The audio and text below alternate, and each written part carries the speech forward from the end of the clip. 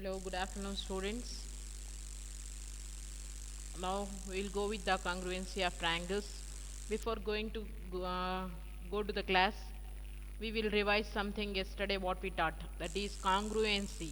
What do you mean by congruency? Means if two things having the same shape and the same size, then we will say that those two are congruent to each other.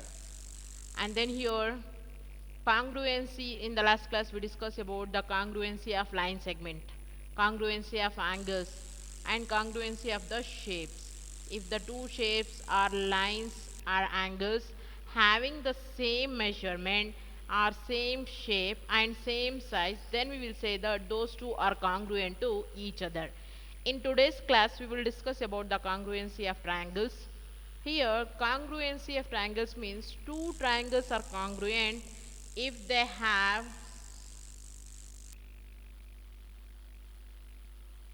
if they are copies of each other and when superposed they cover each other.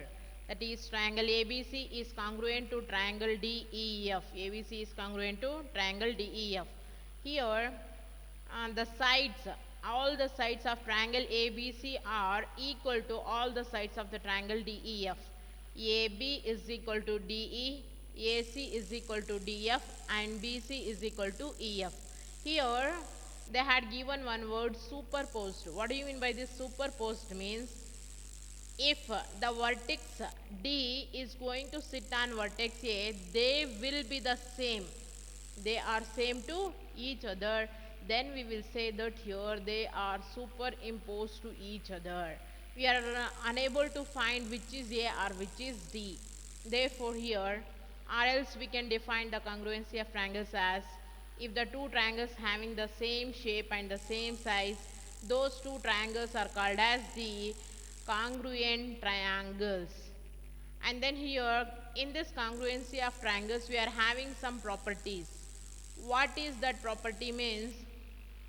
That is the corresponding sides, corresponding angles, and corresponding vertices. These are the terms related with the congruency of triangles. Corresponding sides means AB corresponds to DE, BC corresponds to EF, and AC corresponds to DF. Next, corresponding vertices means A corresponds to D, B corresponds to E, and C corresponds to F.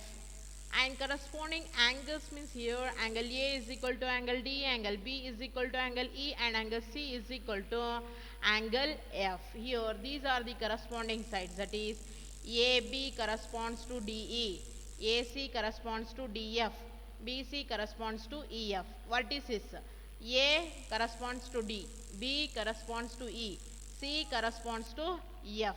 Angle A is equal to angle D, angle B is equal to angle E, angle C is equal to angle F.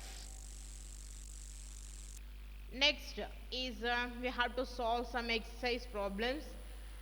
In the first main exercise 7.1, complete the following statements. Here the first statement says two line segments are congruent. When they are congruent, if they have the same length.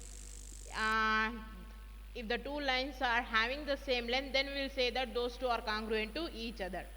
Next, question B. Among two congruent angles, one has measure of 70 degree. The measure of the other angle is, that is also equal to 70 degree. Next, when we write angle A is equal to angle B, what do we actually means? This symbol represents angle. Angle A is equal to angle B. Next, in the second main, give any two real life examples for congruent shapes. In your daily life, we will see so many examples that are giving an example of congruent shapes, congruent figures. Here, blackboard. In each and every class in our school having blackboard, the size, the shape, each and everything is same. Therefore, we will consider blackboard as the congruent shapes. And bricks, what we are using to construct the building, those bricks are also having the same shape and the same size. Chalk sticks, what the teacher is going to use the sticks, those sticks are also the same shape and the same size. In the next here, that is the criteria for congruency of triangles. Here criteria for congruency of triangles means we make use of triangular structures and patterns frequently in our day to life, so it is rewarding to find out when two triangle shapes will be congruent. Here in our daily life we are using this triangles somewhere in the some constructions. Here how can we are going to construct, or how can we can use those that can be useful by using the criteria for congruency of triangles. In this here the first criterion is SSS congruency criteria of triangles. What do you mean by this? Means here if the three sides of one triangle are equal to the three sides of corresponding sides of another triangle, then the triangles are congruent to each other. Here we know that in a triangle there are three sides. Therefore, the three sides of one triangle should be equal to three sides of another triangle. Here we are taking only sides. All the three sides of one are equal to all the three sides of another. Therefore, SSS, this corresponds to SSS criteria, and then those two triangles can be said as congruent triangles. And here in the example that given, AB 3.5, BC 7.1, AC 5 cm, PQ 7.1, QR 5 cm, PR 3.5. Examine they are congruent or not. Here we need to check these two triangles ABC and PQ are congruent or not. Means AB 3.5 ಇದೆ, PRS ಇದೆ 3.5. These two sides are equal, AB and PR. Next BC 7.1 ಇದೆ, PQ 7.1 ಇದೆ.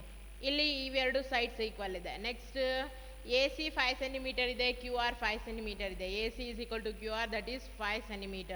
Here it shows that the three sides of one triangle are equal to three sides of the other triangle. Hence triangle ABC is congruent to triangle PQR.